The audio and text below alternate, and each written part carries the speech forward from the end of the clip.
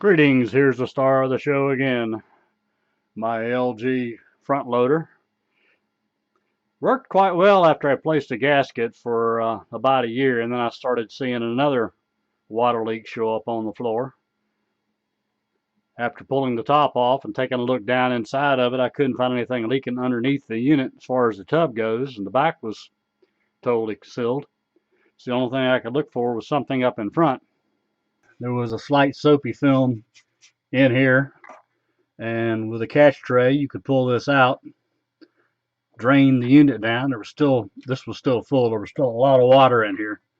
So it looked like the pump housing itself was intact. There wasn't a leak in my pump.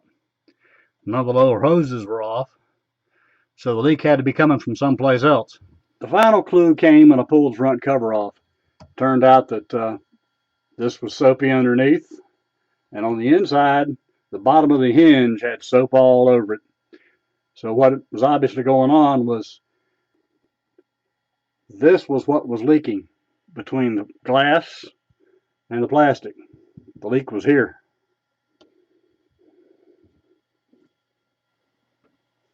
In the case of this machine, there was no gasket here originally. Apparently the manufacturer designed it so these plastic pieces would hold this tight enough where the water couldn't leak past this. Over the years, this plastic starts to move a little bit and water can get back behind the plastic. In this case, it was getting back more on the top, running around, dripping off here, and then running out through the hinge, and then dripping inside the housing, and winding up down there where the little drain is. Okay, here's the final payoff. While it's possible to do this with the front still on the machine, I highly recommend you go ahead and take the front off of the machine. All of these screws have to come out all around the machine. Here at the latch there's two, then across the top. Then these plastic pieces come off. This piece comes off. Then this will literally fall off the door once you take this last final piece off. Obviously this is glass, so if you break it, you're in for another expensive part.